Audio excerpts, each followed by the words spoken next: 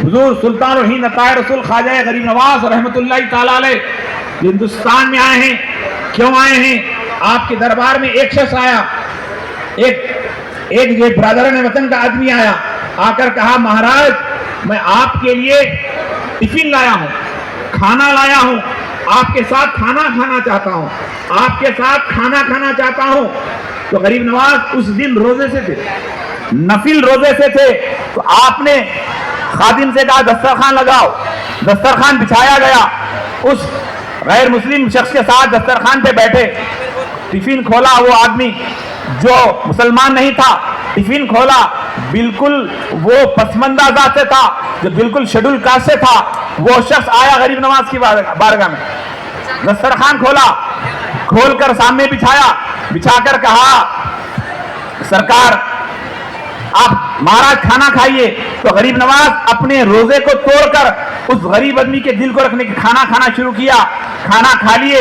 کھانا کھانے کے بعد مریدین معتقدین نے پوچھا کہ سرکار آپ روزہ توڑ دیے, ایک نفل روزہ توڑ دیے, کیوں؟ کہا معین الدین دلوں کو جوڑنے کے لیے آیا ہے, دلوں کو توڑنے کے لیے نہیں آیا ہے. غریب نواز ایک آدمی کے دل رکھنے کے لیے اپنا روزہ توڑیے, نفل روزہ.